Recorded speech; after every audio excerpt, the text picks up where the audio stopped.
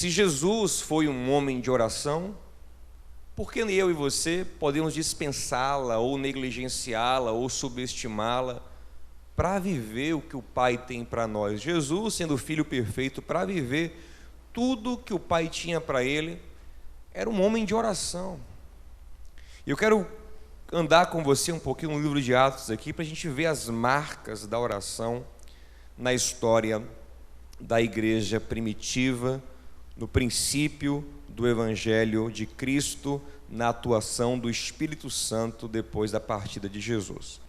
Meus amados, o livro de Atos é escrito pelo doutor Lucas, o mesmo que escreveu o Evangelho de Lucas. E é interessante que ele faz essas duas obras apenas para evangelizar um homem chamado Teófilo. Se você ler a introdução do livro, está aí: fiz o primeiro tratado, ó Teófilo. Ou seja, o primeiro tratado é o Evangelho de Lucas, que ele escreve só para evangelizar um homem. Olha o trabalho que ele tem para ganhar uma alma para Jesus. É um trabalho tão maravilhoso que se torna o evangelho mais completo que nós temos, que é o Evangelho de Lucas. E ele faz uma segunda obra, uma obra que agora ele participou, ele vivenciou muitos dos fatos que ele está relatando agora, porque ele acompanhou o apóstolo Paulo no seu ministério. Mais uma vez, para consolidar a fé gerada pela primeira obra no coração de Teófilo. E Lucas vai nos narrar o que aconteceu com a igreja depois da partida de Jesus. No capítulo 1, a partir do versículo 12, diz que assim que Jesus subiu aos céus, os discípulos ainda não entendiam muito bem as coisas. Lembrem que Jesus está subindo para os céus. Os discípulos estão perguntando: Senhor, quando o Senhor vai restaurar o reino de Israel? Eles não entendem ainda muito sobre o reino de Deus. O Senhor fala para eles: não competem a vocês pensar nessas coisas, né? Fiquem em Jerusalém, esperem ser revestidos de poder, porque então sereis minhas testemunhas. Se abrirá para vocês o entendimento, a compreensão do reino de Deus, do que de fato é o reino. Eles não entendem muito bem, não compreendem muito bem ainda nem o que Jesus fez na cruz, não entendem muito bem nem o ensino de Cristo ainda. Só quando recebem o Espírito Santo é que esse ensino de Cristo vai ganhar uma vida e uma coerência com o que eles estavam vivendo. Mas uma coisa eles fazem, mesmo não entendendo nada muito bem, mesmo confusos e amedrontados. No versículo 12 diz que eles voltam para Jerusalém, entram no cenáculo, que é o andar superior de uma casa, provavelmente o mesmo lugar que teve a última ceia. E no versículo 13 e 14 diz que os apóstolos, com as mulheres que andavam com eles, Maria, mãe de Jesus, e os irmãos de Jesus faziam uma coisa. Versículo 14: perseveravam unanimemente em oração e súplicas. Não sabiam de nada, não entendiam nada, mas uma coisa eles faziam: todos juntos oravam e suplicavam a Deus. E o termo perseveravam significa se esforçavam para isso. Ainda não eram homens e mulheres cheios do Espírito Santo, não. Ou seja, era muito mais difícil lidar contra essa nossa natureza carnal que nos diz: não ore, orar é chato, você não quer orar. Era muito mais difícil vencer essa batalha contra a carne sem estar cheio do Espírito Santo, como nós podemos evitar hoje. Mas eles mesmo assim se uniram e disseram: não sabemos muita coisa, mas uma coisa nós vamos fazer, nós vamos orar. Diga ao seu irmão: quando eu não souber o que fazer, meu amado, uma coisa você sabe: orar, querido. Vai orar, vai orar, vai orar, até Deus dar direção. Eles estão orando.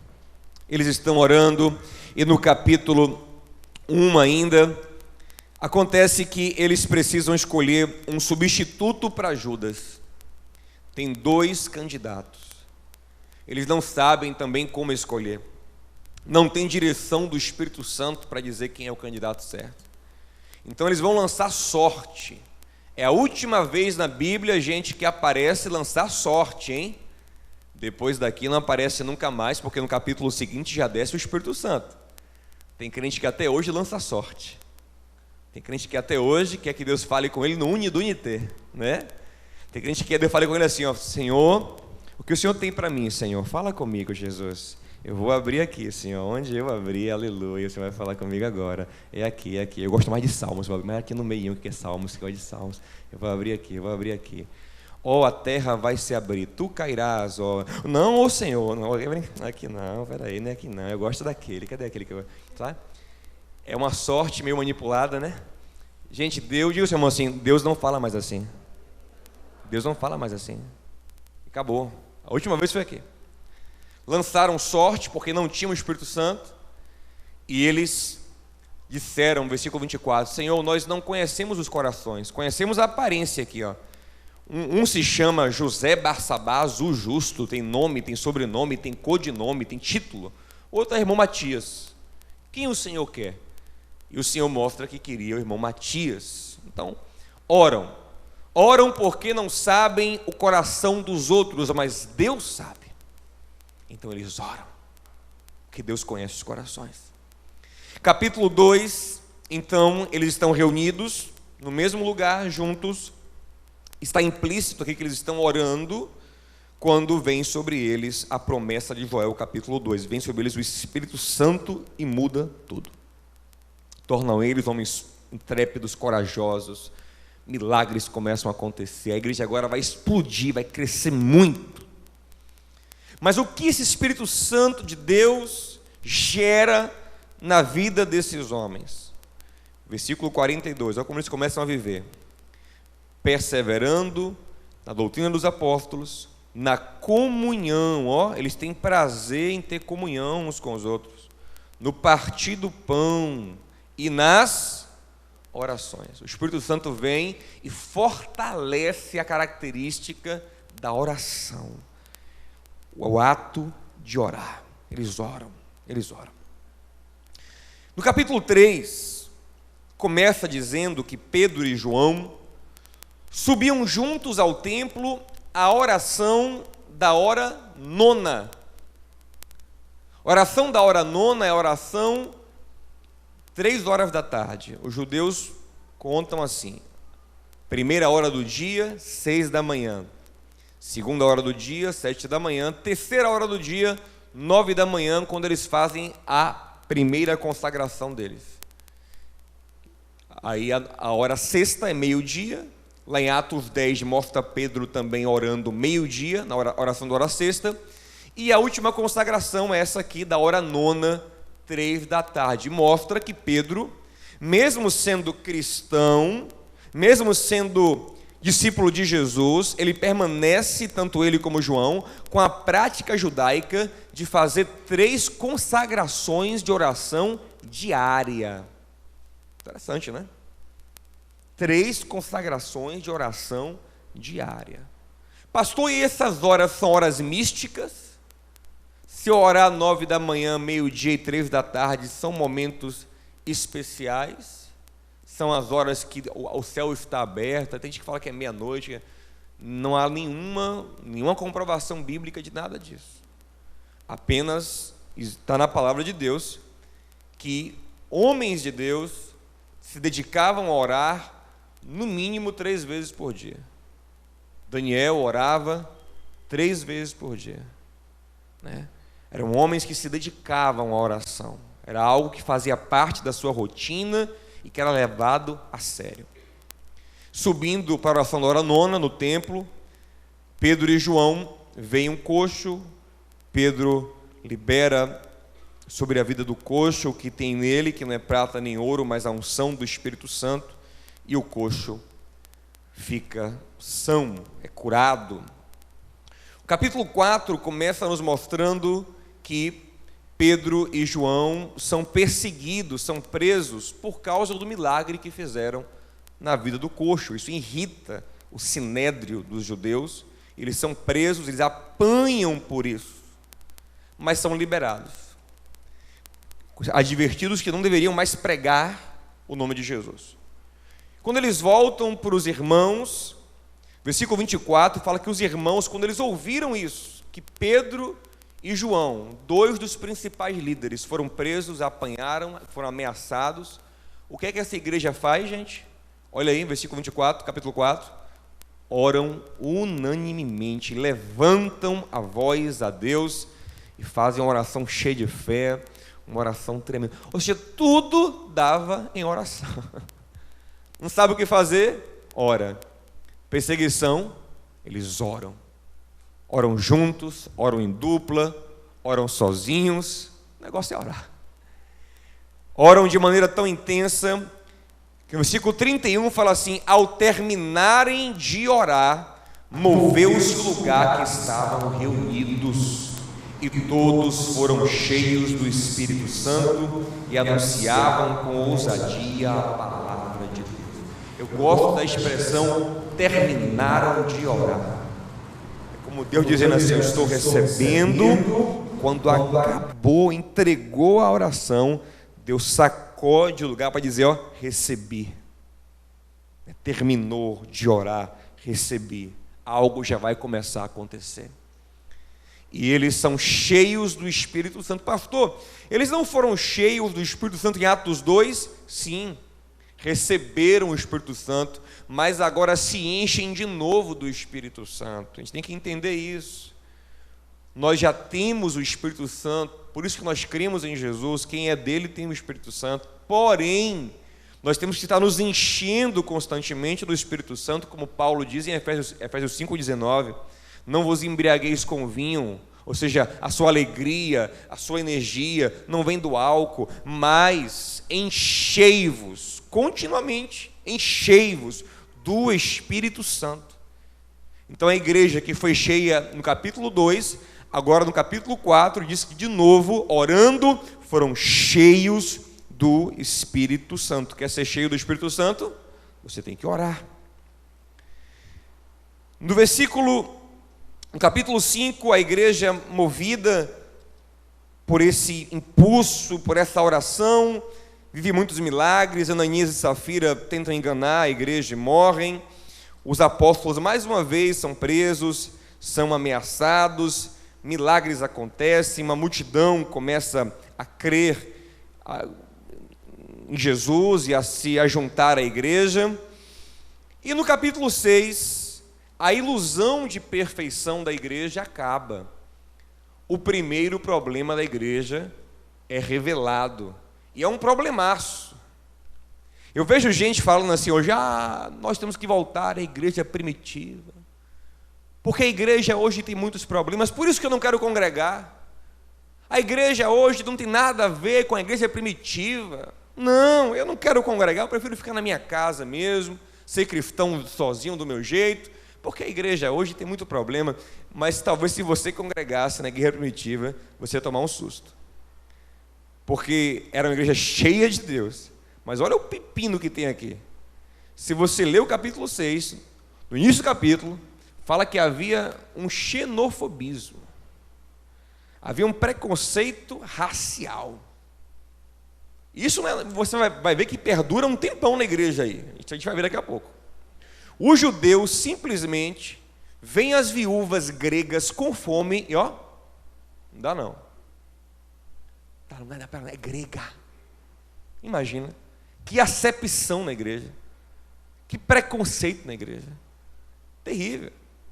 Lá em Atos 10 a gente vai ver Pedro sendo repreendido pelos irmãos judeus porque foi pregar na casa de um italiano. O negócio era sério, gente. Havia uma apartheid. Eu imagino que sentava judeu de um lado e gentios do outro, não se falavam, não se cumprimentavam, não dava paz do Senhor. Mesmo assim, era uma igreja cheia de Deus. Então, cuidado quando você despreza a igreja do Senhor e acha que os problemas anulam a atuação de Deus no meio dela. Porque aqui está a igreja mais poderosa que já se ouviu falar, com um dos piores problemas também. Pessoas que não se bicam, que não se gostam, que não se respeitam, que se odeiam, que burlam, que veem uma irmã com fome, mas porque ela não é da sua raça, não dá comida. Igreja primitiva, cheia de Deus, com Pedro, com Tiago, com João, com André, com Mateus, com Filipe, Bartolomeu, todo mundo aqui, cheio de milagres. mas com esse nível de preconceito e de racismo. A igreja na África do Sul passou um tempo assim. No tempo da apartheid, alguns pastores tentaram unir negros e brancos na África do Sul. Era um problema, era pepino, era fight, meu irmão. Era briga e briga pesada entre eles, e briga, e confusão, senta aqui, senta lá, e era uma loucura. E você vai dizer que Deus não está, que Deus não atua? Aqui está a prova que não.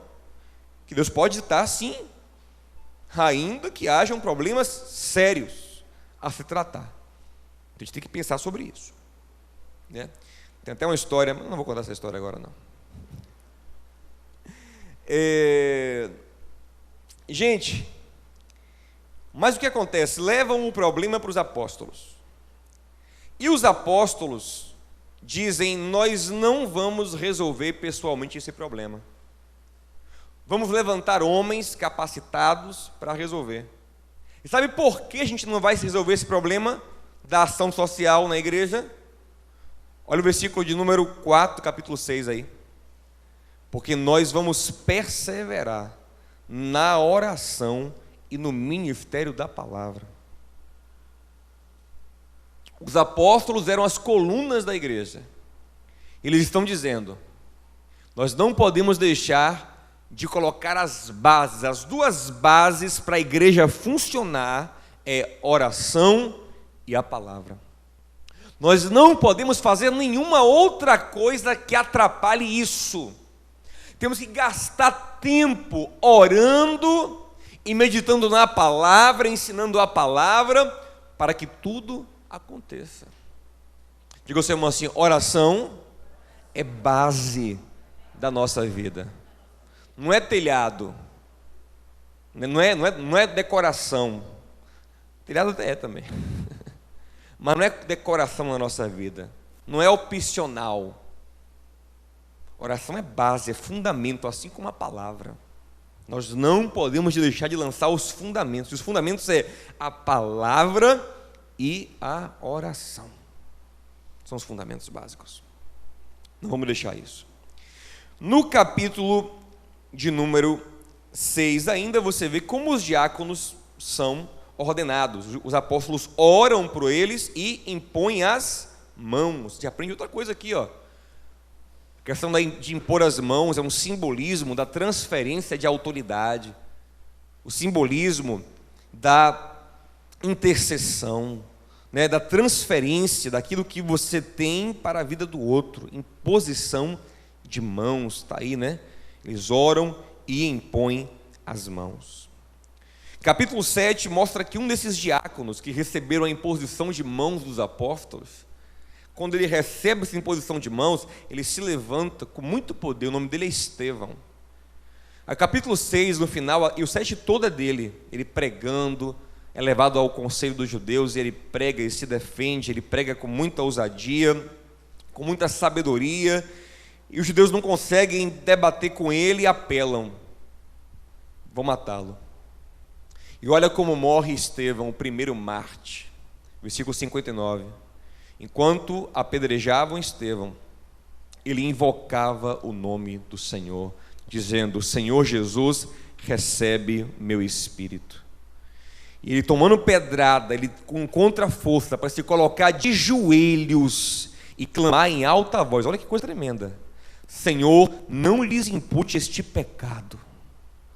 Depois dessas palavras adormeceu. Coisa tremenda. Está sendo apedrejado, ele encontra força para ajoelhar e interceder por quem apedreja ele. Morre orando, morre intercedendo por quem lhe faz mal, assim como Jesus fez na cruz. Por isso tem a honra de ser o primeiro mártir da igreja. Morre orando, morre intercedendo. Capítulo 8, a gente vai ver que os cristãos são dispersos, exceto os apóstolos que ficam em Jerusalém. E nós vamos ver no versículo 14 que Pedro e João descem a Samaria, porque Filipe já está lá pregando, evangelizando, milagres estão acontecendo. E Pedro e João descem a Samaria para orar pelos samaritanos, para que eles recebam o Espírito Santo. Eles começam a orar pelos samaritanos eles começam a ser cheios do Espírito Santo, e aí tem um cara lá em Samaria que domina espiritualmente o pedaço, que é Simão o mágico. E esse mágico, quando ele vê Pedro e João orando para que as pessoas recebam o Espírito Santo, e há esse recebimento, há essa transformação na vida das pessoas, esse mágico oferece dinheiro a Pedro e a João, querendo comprar esse poder.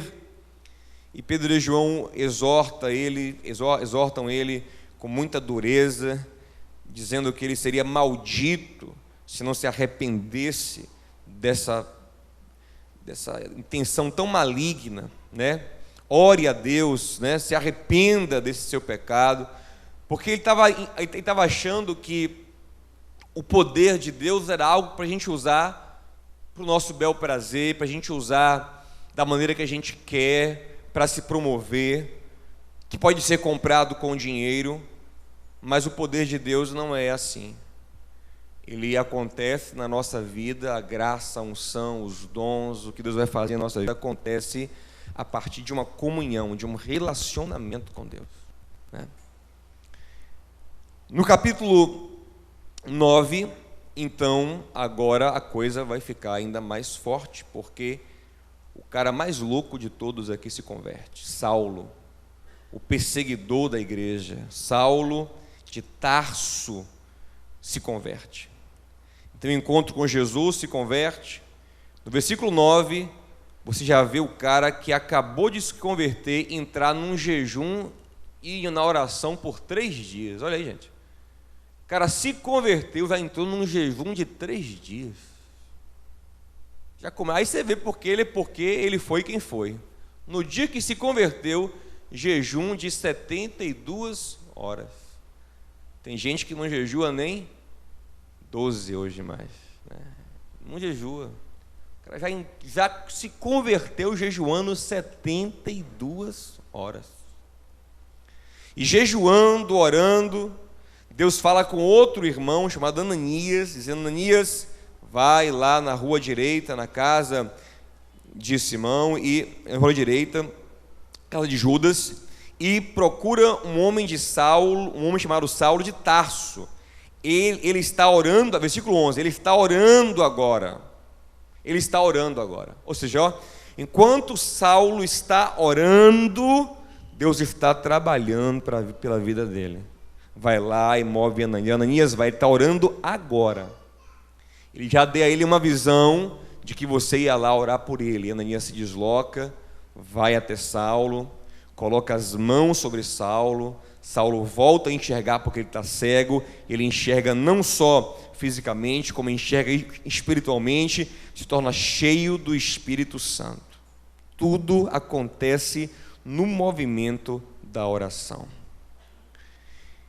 Então você vai ver que Pedro, nesse capítulo, está em Lídia, e Pedro encontra um paralítico chamado Enéas, e Pedro libera cura sobre Enéas através do nome de Jesus.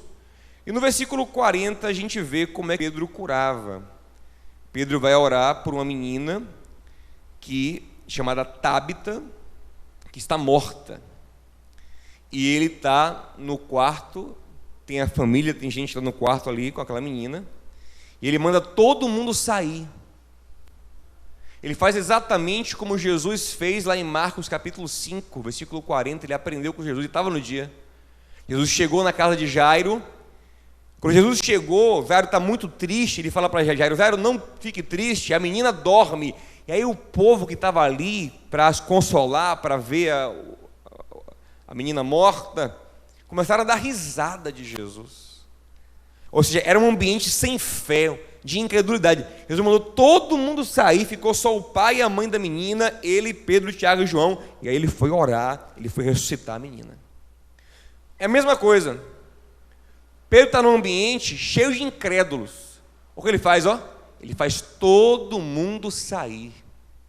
Ele gera um ambiente de fé. Sabe por que muitas vezes a gente não está conseguindo orar? Porque a gente anda num ambiente de incredulidade. Ficamos tímidos, ficamos fracos na oração. É preciso às vezes isolar, ter seu tempo com Deus sozinho, ou andar com pessoas que também creem. Então Pedro esvazia o quarto e olha o que ele faz: fica de joelhos e ora. Ele sabe que é um grande milagre ali, ele se ajoelha, ele implora ao Senhor. E depois de implorar, cheio de fé, olha para o corpo e diz: Tábita, levanta-te. E ela abriu os olhos e, vendo Pedro, sentou-se. Ressuscitou a menina. Capítulo 10, nós vamos ver agora uma coisa muito interessante. Um homem chamado Cornélio, ele é italiano, ele não é judeu. Mas olha como esse cara vive. Havia em Cesareia certo homem de nome Cornélio, centurião da corte chamada italiana, piedoso e temente a Deus com toda a sua casa. O que ele fazia? Dava esmolas ao povo e de contínuo orava a Deus. Esse cara, ele não conhece o Evangelho, ele não conhece Jesus, ele só conhece o que ouviu falar do Deus de Israel, acreditou. E o que ele faz? Dá esmolas e ora continuamente. Isso aí quer dizer que ele passava dias, talvez anos, nisso aí, anos dando esmola e orando, anos. E oração é uma semeadura, meu irmão. Você tem que continuar orando, até que um dia Deus te faz colher.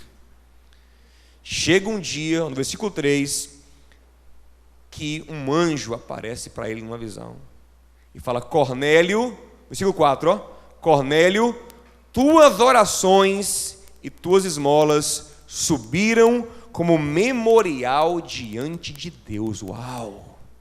Tudo que você tem orado, tudo que você tem dado de esmola, está como um memorial diante de Deus. Forte isso, né?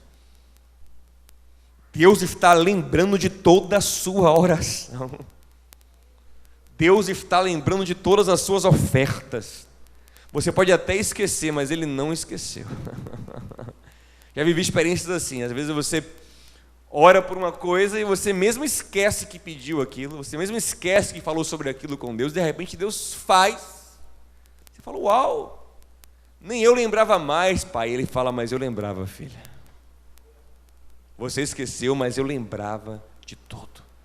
Diga ao seu irmão assim: as suas orações ficam na memória de Deus. E o anjo apareceu. E qual é o grande presente que Deus vai dar para esse homem, que já é um homem, é um centurião, é um homem rico, parece ter uma boa família? Qual é o presente que Deus vai dar para esse homem, gente? Salvação. Porque apesar dele ser piedoso, temente a Deus, dar esmola e orar, não está salvo. Porque a salvação não é pela obra, não é pela bondade de coração que nós temos, porque nossa bondade não é suficiente para nos salvar.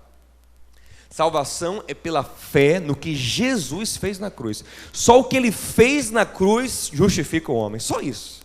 Tudo que nós fazemos é muito pouco diante do pecado, da rebeldia. O que justifica o homem é Jesus. Então, qual é o grande presente que Ele vai dar? Deus ouviu sua oração, e agora Ele vai te dar um carro novo. Não é isso. Deus ouviu sua oração. Ele pode dar, mas não foi isso o grande presente. Deus ouviu sua oração, e Ele vai te dar uma casa nova. Não foi isso o grande presente. Deus ouviu tua oração, Cornélio. Tem um grande presente. Manda chamar Pedro, o pastor da igreja primitiva, vai vir na sua casa e vai pregar o evangelho para vocês. Esse é o grande presente que eu vou dar para vocês. E aí ele manda emissários em busca de Pedro. E Pedro, gente, é preconceituoso. Aí que está o pepino maior. Eu falei em Atos 6 que a igreja era preconceituosa, mas o pior é que o pastor é o mais preconceituoso de todos. Paulo disse que uma vez, ele conta na sua carta que uma vez ele estava num lugar com gentios, que não eram judeus, e estava lá Pedro, comendo de boa com os gentios. E de repente chegou uns discípulos de Tiago, e Tiago era bem judaizante, era bem judeuzão mesmo, Tiago, irmão de Jesus, que era o líder em Jerusalém. Quando chegou os discípulos de Tiago, no ambiente que Pedro estava, com os gentios, disse que Pedro levantou da mesa, fez que nem conhecia os gentios, E aí Paulo ficou indignado. Disse: você é judeu e vive como gentio, rapaz. Para de ser hipócrita. Por que você finge que não conhece eles agora? Né? E Pedro era mais preconceituoso, era Pedro. Pedro é tão preconceituoso que olha o que Deus tem que fazer para ele ir lá. E Deus quebra a gente, Deus muda a gente. Ele está orando, agora a oração da hora sexta, versículo 9 aí, capítulo 10, versículo 9. Não se perca não, capítulo 10, versículo 9. Oração, ele subiu um terraço para orar, na oração da hora sexta. E aí tem uma visão, um lençol que descia, com um monte de animal impuro. E Deus dizia a ele: mata e come. Tipo, tinha o quê? Tipo, porco, camarão, lagosta, coisa que o judeu não come. Tinha tudo isso aí lá. Mata e come. Ele disse: Senhor, nunca comi coisa impura. Ele fala: não considere impuro aquilo que eu purifiquei. E tem 3 vezes a mesma visão, ele não entende. Quando ele tem a terceira vez a mesma visão orando, bate 3 emissários de Cornélio lá embaixo e diz: viemos aqui porque o nosso senhor Cornélio nos mandou para que você vá na casa dele. Aí ele entendeu, animais impuros, o que é impuro? Os italianos, que para mim são impuros, mas eu vou lá na casa deles agora. E Pedro vai só porque teve essa visão. Ele vai lá na casa de Cornélio. Por quê? Porque a oração convence, a oração guia, a oração. Cornélio ora, é abençoado. Pedro ora, é convencido. E lá vai Pedro para a casa de Cornélio. Ele prega na casa de Cornélio, é uma bênção. O povo lá se converte, se entrega a Cristo, é cheio do Espírito Santo. E quando Pedro volta, gente, para Jerusalém, a igreja questiona ele, como eu disse: por que você foi lá? Por que você foi lá na casa? Estão sabendo, viu? Que você foi lá pregar. Observe que, mesmo com aquela resolução dos diáconos para dar cesta básica ou ajuda de alimentos para as gregas, ainda assim tem preconceito na igreja, não acabou não. Os irmãos judeus chamam Pedro e dizem: por que você foi na casa do italiano? Está traindo nosso time? Está dando para lá de Paulo agora, é? Não vá não. Pedro falou assim: é o pior quem fez não foi eu, não foi o Espírito Santo. Eu fui lá, só preguei, não fiz nada, só preguei. Quando eu estava pregando, no meio da pregação, veio o Espírito Santo, encheu todo mundo. Aí disse: é mesmo? Então, aí o coração abriu mais. Então vamos batizar eles com água também. Vocês estão sendo cheios do Espírito Santo, né? Então abriram mais o coração. Mas é tudo por meio da oração. Amém, gente? Olha o capítulo 11. Ele se explica. Versículo 26. Os cristãos são chamados os discípulos são chamados de cristãos em Antioquia. E no capítulo 12 agora, diz que Pedro foi preso. O pastor foi preso. Tiago já tinha sido morto antes por Herodes. No versículo de número 2, Tiago, irmão de João, lembra? Pedro, Tiago e João no barquinho. Tiago morreu. Versículo 2 aí, mataram Tiago. Mataram Tiago, Herodes matou Tiago, prendeu Pedro e disse: vou matar também. Só que aí a igreja entrou na oração por Pedro. Pastor, por que não fizeram por Tiago? Não sei, gente. Mas por Pedro fizeram. Versículo 5 diz que eles começaram a batalhar. Não aceitamos Pedro morrer. Pedro não vai morrer, não. Começaram a orar por Pedro. Orar por Pedro. Clamar. Contínua oração por Pedro. A morte de Pedro era certa, era no outro dia. Mas na madrugada de um dia para o outro, um anjo vai lá e solta Pedro. Engraçado que eles estão reunidos e na casa de João Marcos. E quando batem na porta de Pedro, na porta da casa que eles estão ali reunidos, a menina que vai abrir, nós estamos orando, né? A menina que vai abrir, ouve, reconhece a voz de Pedro e volta e diz: gente, eu acho que é Pedro na porta. E os próprios irmãos que estão orando dizem: não para, ela está fora de si, está louca essa menina. Não é Pedro não. Deve ser o anjo dele, porque tinha uma tradição de que o anjo, quando se manifestava, aparecia com a pessoa. Observe, às vezes nós oramos por coisas que nem nós acreditamos que vai acontecer. Na verdade, a gente está orando, mas a gente nem acredita. Então eles oravam por algo ali que eles talvez nem entendiam como poderia. Criam que Deus poderia fazer alguma coisa, mas talvez não imaginavam o que Ele poderia fazer.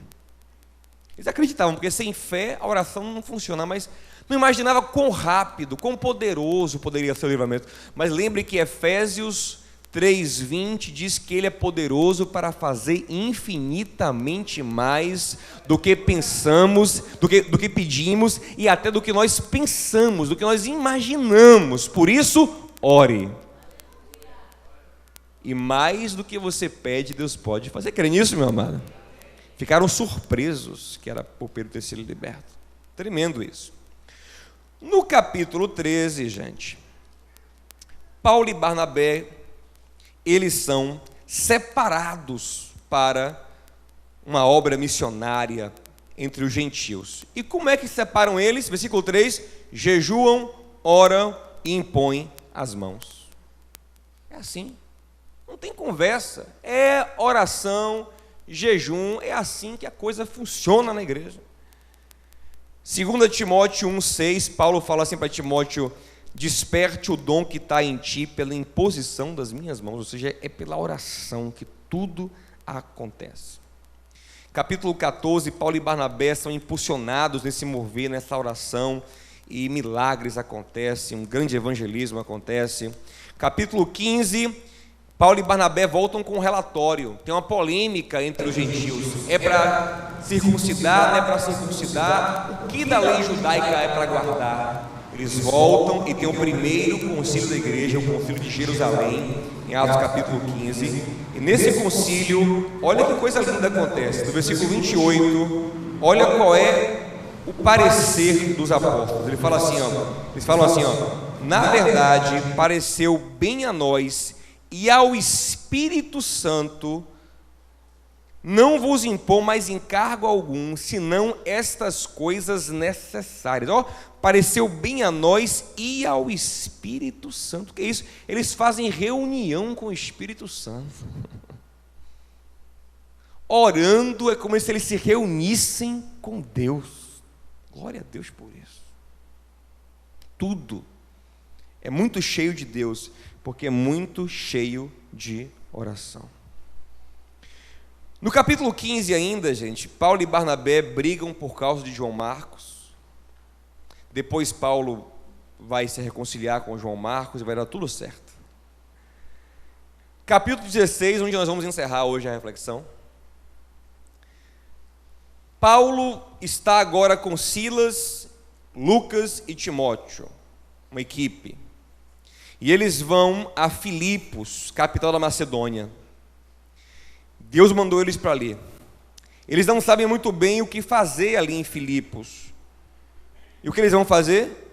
Eles vão para a beira de um rio orar. E aí as coisas começam a acontecer. Lídia, uma comerciante da cidade, é a primeira pessoa que se converte. E aí um grande mover começa a acontecer na cidade, sobretudo quando uma feiticeira, uma menina endemoniada, a menina era tão especial que é a única escrava que eu conheço na história que tem mais de um dono. Diz que essa menina tinha vários donos. Realmente um homem tem vários escravos, mas essa escrava tinha vários donos. Era uma empresa muito lucrativa. Ela revelava o segredo das pessoas pelo demônio que habitava nela. E quando esse demônio viu que não podia com Paulo e Silas, o que o diabo disse? Vou confundir o povo, vou fingir que sou do time deles. E quando Paulo e Silas e Timóteo e Lucas também, auxiliando, saíam pregando o evangelho, essa menina vinha atrás dizendo: olha, ouçam eles, porque são homens de Deus. Só que Paulo, sábio, disse: eu não vou deixar ela confundir o povo. Paulo olhou para ela e disse: sai dela, demônio. E quando o demônio saiu, ela perdeu o poder de revelar as coisas. Ela perdeu a habilidade de revelar as coisas. Deixa eu dar uma pausa aqui, eu vou terminar, mas deixa eu falar sobre isso aqui. Às vezes Nós crentes temos que ter cuidado com essas coisas, sabia, gente? Porque existem poderes espirituais fora do Evangelho. Existem coisas que acontecem no espiritismo, que acontecem no candomblé, que acontecem nas cartomantes. Existe, claro que existe.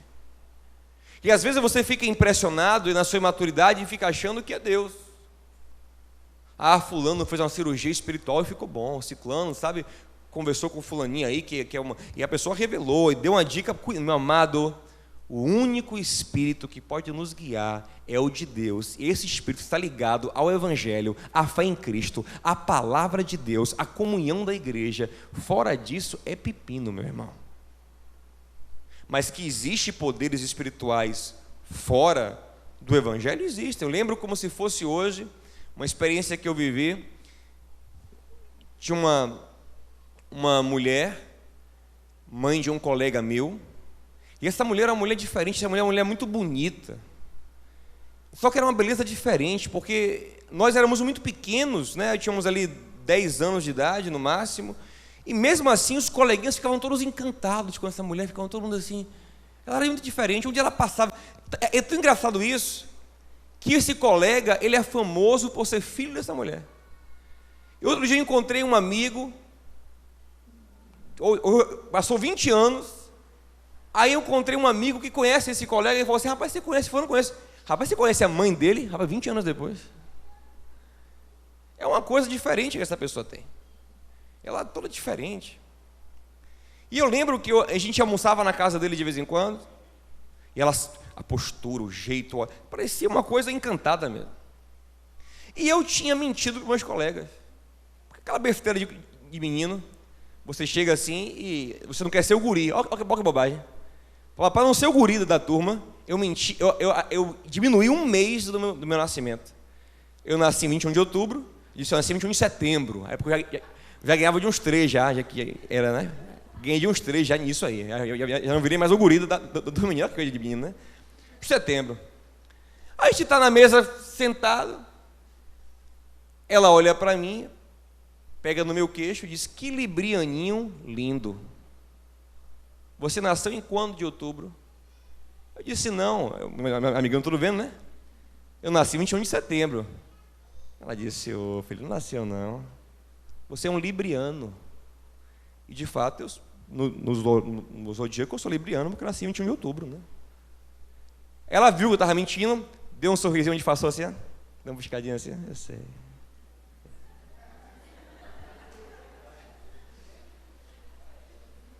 Explica isso. Explica isso. Então, meu amado, existem sim ciências espirituais. Observe uma coisa, quando Moisés chegou no Egito e ele fazia os primeiros milagres que ele fazia, os magos de Faraó faziam igual. Mas isso não quer dizer que Deus está ali. Muitas vezes é um laço, é uma confusão que vai prender a sua vida. Paulo olhou para ela e disse: não quero conta com isso aí, querida, só quero com o espírito que confessa Jesus como Cristo. Esse é o que vem de Deus. O resto é confusão, é engano, é embaraço. Sai. E aí saiu. Quando os donos da mulher viram que ela não revelava mais nada, ficaram com raiva, acusaram Paulo e Silas de serem... Observe, né? Era Paulo e Silas, Timóteo e Lucas, mas só Paulo e Silas foram presos. Ó, quem está na frente da obra é quem apanha mais. Timóteo e Lucas ficaram de boa, mas os que estavam na frente da obra, você tem que orar pelos pastores e pelos líderes, porque quem está na frente da obra é quem mais apanha quando a coisa pega. Só Paulo e Silas foram presos. Apanharam muito, chicotada nas costas, ficava carne viva as costas. Foram presos num cárcere interior, escuro, úmido, fedorento, com pés e mãos amarrados. Era muito ruim aquilo ali, gente. Muito ruim, porque fizeram bem à menina. Só que o texto fala, em Atos 16, aí, versículo 25, que era perto de meia-noite, e esses dois camaradas, ao invés de estarem murmurando: ó Deus, eu te sirvo, o que o Senhor faz comigo, não prego mais, Não prego mais, para quê? Doendo. Não. O que eles faziam? Oravam e cantavam hinos a Deus, enquanto os outros presos escutavam. Deus não aguentou aquilo e lançou um terremoto na cadeia. As cadeias quebraram, meu amado. As coisas se moveram. Por quê? Porque esses camaradas, no meio da dor, do sofrimento, da humilhação, eles oravam. Eu vou parar aqui por causa do tempo. Se nós continuássemos aqui, a gente ia ver. Tudo acontece por meio da oração. Agora, uma característica de toda essa oração que a gente viu aqui é que ela é uma oração totalmente segundo Deus. Tiago fala: pedis, mas não recebeis, porque pedis mal. Tiago 4,3, não tem isso. A oração deles é totalmente em busca da vontade de Deus. João 15,7, se vós estiverdes em mim, as minhas palavras estiverdes em vós, pedirei tudo o que quiseres, e vos será feito. Quando a gente alinha o coração com a palavra e começa a orar, meu amado, a nossa vida não... Observe, tem tudo aqui, mas não tem paradeira, não tem mesmice, não tem monotonia, não, dinamicismo, vida, impulso, milagre, movimento, crescimento, testemunho. Por quê? Oração. A vida de quem ora é dinâmica, é cheia de avanços, de experiências, de testemunhos. Vamos orar, que a nossa vida vai se mover para frente em nome de Jesus, amém? Vamos ficar em pé e vamos orar. Vamos orar. Eu não sei quantos anos Cornélio orou e deu esmola, até que Deus se revelasse a ele. Mas sei que uma hora ele colheu. Em Lucas 18, Jesus diz que uma viúva, numa parábola, era um exemplo para a gente, que ela perseverou, até que o juiz injusto atendeu ela. Ele fala assim: se o juiz injusto não aguenta quem persevera, quanto mais o vosso Pai Celestial. Mas o que ele quer saber é se vai encontrar fé na terra. O que ele quer saber é se há de fato pessoas dispostas a investir tempo em oração, a crer, a esperar, a se consagrar a Ele. Nós precisamos levar a sério nossa vida de oração e fazer dela uma constância, fazer dela uma lei na nossa vida, ter horário para orar, ter tempo para orar, sabe, ter caderno de oração para a gente lembrar do que tem que orar. Levar a sério.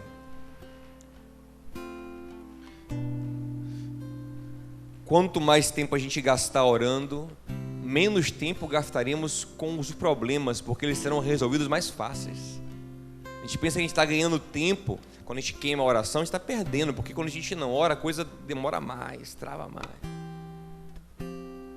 Lutero dizia o seguinte: em dias normais, eu oro 2 horas.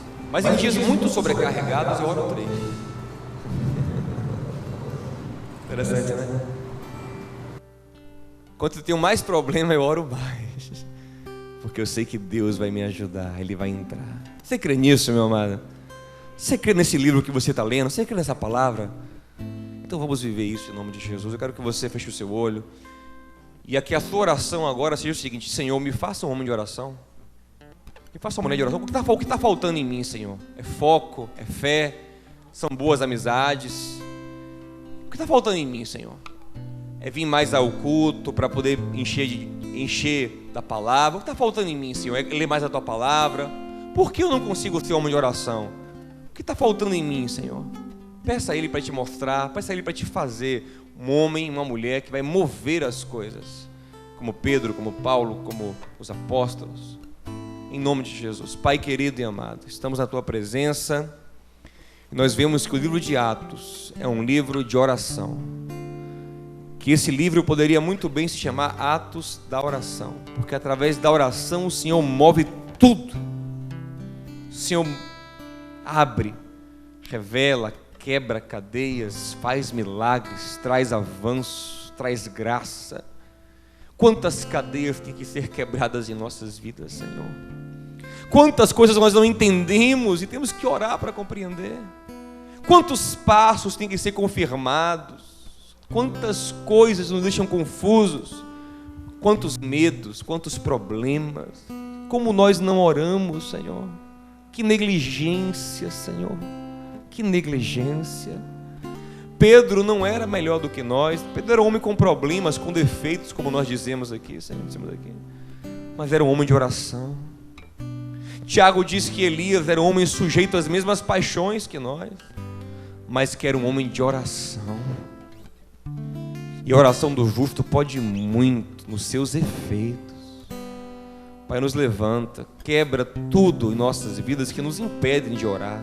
Que tenhamos tempo para orar, horário para orar, rotina para orar, seriedade no orar, compromisso no orar, fé no orar, intensidade no orar, fervor no orar, porque eu estou convicto que se fizermos isso, Senhor, milagres tremendos vão acontecer, Pai.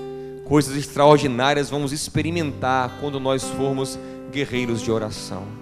Nos ajuda, Pai, nos ajuda em nome de Jesus a levar a sério isso na nossa vida. Na nossa casa, como Cornélio fazia, na nossa igreja, como fazia a igreja primitiva, em nossa vida particular, como Pedro fazia. Nos ajuda, Pai, a ser homens e mulheres que têm comunhão com o Senhor, que gostam de estar na Tua presença, que tem no Senhor o maior amigo, que tem no Senhor o grande conselheiro, o grande psicólogo da nossa alma, nosso grande ouvinte, aleluia. Nosso Pai que nos abraça todos os dias enquanto oramos a Ti. Nos faz, Senhor, homens e mulheres de oração. Esse é o meu pedido. Em nome de Jesus. Quem crê diz amém. Diga ao seu irmão, você vai mover muitas coisas com a sua oração. Diga a ele, em nome de Jesus, eu creio nisso. Muitas coisas vão se mover através da sua oração. Amém, gente?